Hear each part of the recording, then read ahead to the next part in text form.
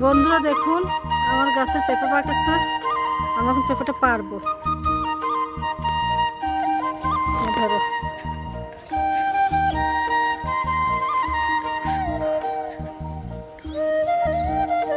অনেক পেঁপে ধরেছিল, এখন এই কটাই আছে।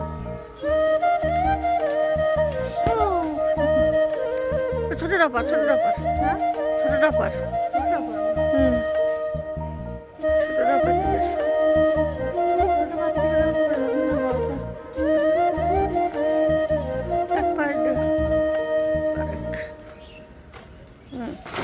ওকে